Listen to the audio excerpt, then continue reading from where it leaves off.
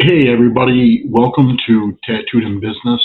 I am your host, Brian Merrill, and this is life and business through the eyes of a Gen X male who's been in corporate sales for over 20 years, and these are my life lessons and things I've learned over the years. Um, as everybody can tell, I'm not feeling all that great today, and my energy level isn't really there. Um, I was all like excited going into uh, up till today about doing this week's broadcast, and a couple topics that came up and worked through that I really was excited to share with everyone. And quite honestly, I just can't do that today. And I want to dedicate this show to a guy who's been like a brother from another mother growing up.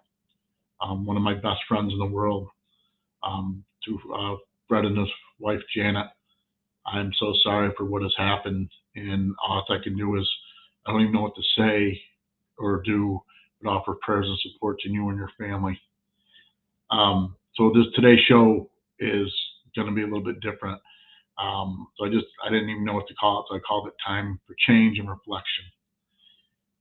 So my really good friend here, Fred, I was the best man in his wedding, and I got to see a lot, leading into to him and Janet getting married, and Fred and I, we have a long journey together over the years of, just friendship and camaraderie, and I mean, Fred's 6 years older than me.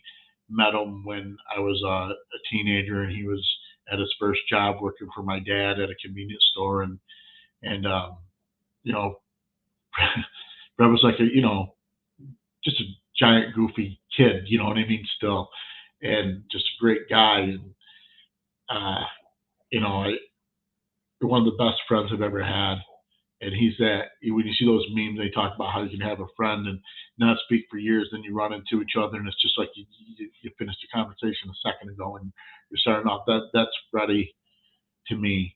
And this week, some low life piece of shit, lower than shit, gunned down his 12-year-old daughter right in front of their house,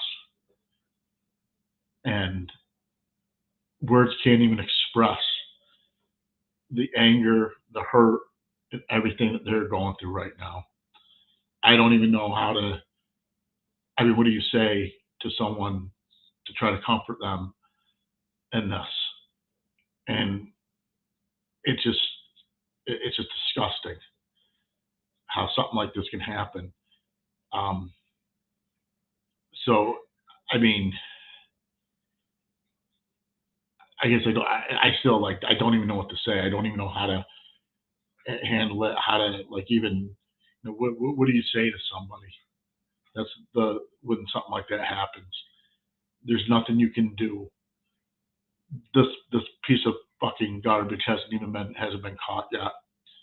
There is a reward out for any information leading to the arrest of this guy, and I don't give a shit what anyone thinks. Use this against me. I don't give a fuck. But I hope that motherfucker dies a slow, painful fucking death. I really do. And there's no there's no explanation, no excuse, nothing you can say or do to make right or any logic of what you did. And when you hurt a friend of mine, when I talk about my GY6 and saying I got your six and I got your back, it's not a fucking gimmick. It's not a fucking a logo. It's how I truly feel about people in life. And when you're in that circle, even when we part ways, that never dies with me. And I don't even know how to have my friends back. I don't even know how to be there for them other than just prayers and support, and I reach out to the Facebook community to find this fucker find this fucker before I, there's just so many things I want to say, but um, I'm sorry for your loss.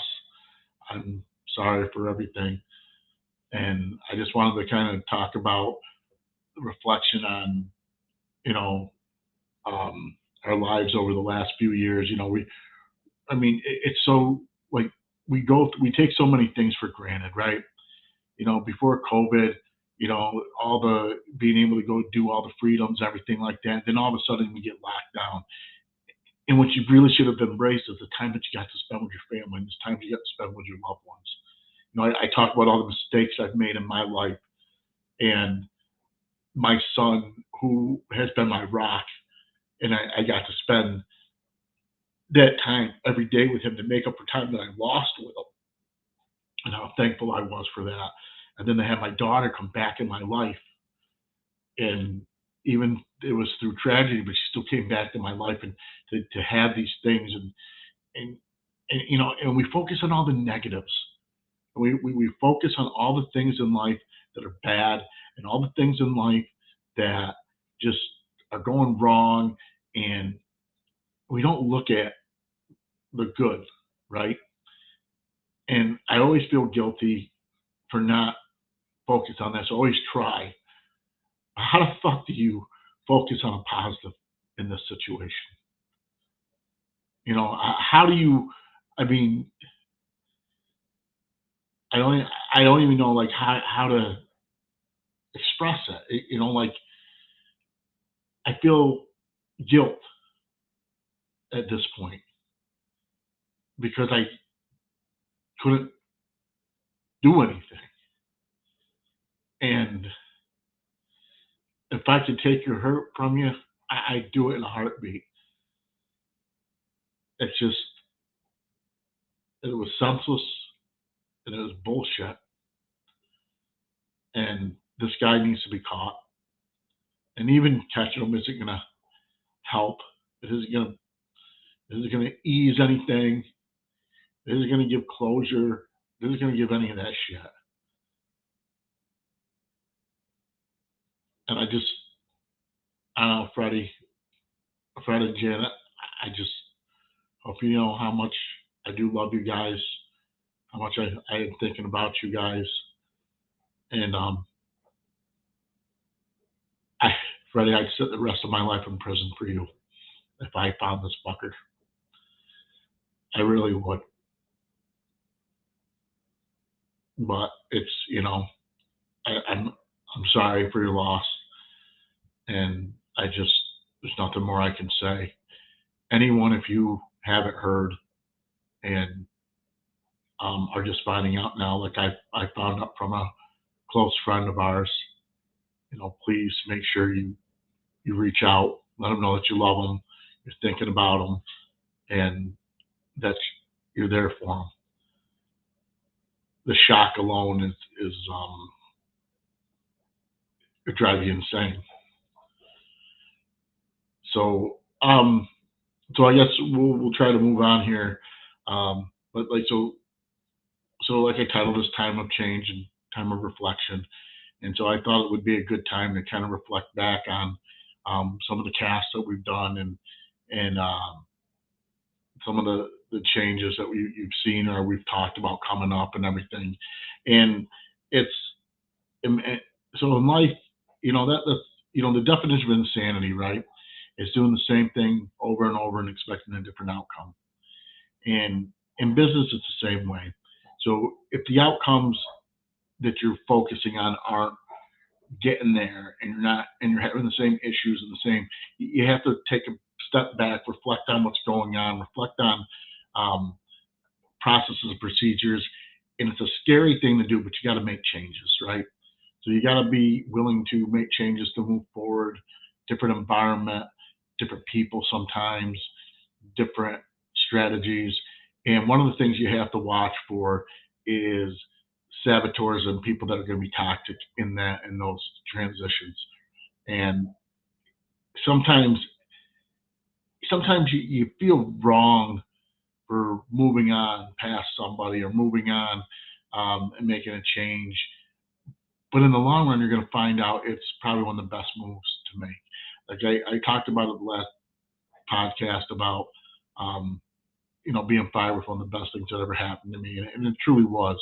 And I'll never forget Rich Catalic looking at me, telling me that that it was a blessing in disguise because he knew that something good, something big was going to happen for me, and I was going to find happiness. And he was right, and he was right there when my world went to hell, and was a great manager and friend um, to help me through what I was going through because he went through hell himself. And you know, it's funny, like I say to talk about it, and I just can't get this out of my head. I'm sitting here thinking about the shit that I've gone through, and it ain't nothing compared to losing a child. I mean, that's something that no parent should ever have to deal with. No parent should ever have to face. Um, I can't even do this anymore. Freddie, I love you guys. I You're my thoughts and prayer. Please, everyone, please send your love and support to the Spencer family. Thank you.